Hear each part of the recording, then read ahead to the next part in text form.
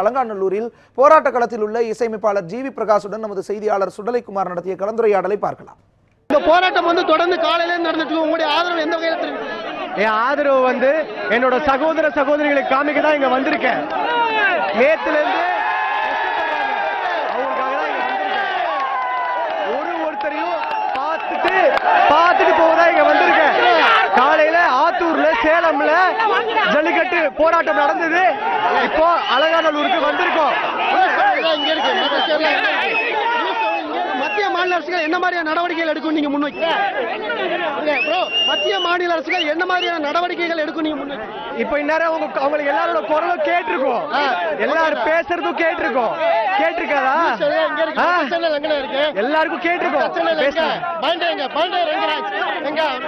டெஃபினட்டா ஜல்லிக்கட்டுடைய தடையை நீக்க வேணும்.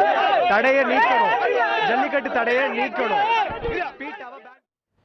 ஜிவி பிரகாஷ்குமார் ஏற்கனவே ஜல்லிக்கட்டுக்கு ஆதரவாய் சேலம் பகுதியில் போராட்டக்காரர்களோடு இணைந்திருந்தார். தடையை மீறி நடந்த அந்த மஞ்சு விரட்டு போட்டியிலும் பங்கேற்றிருந்தார். இந்த நிலையில் மதுரையில் அலங்காநல்லூர் பகுதியில் தற்பொழுது தன்னுடைய இணைவை, தன்னுடைய ஆதரவை உறுதி செய்திருக்கக்கூடிய அந்த விஷயத்தை பார்த்தோம்.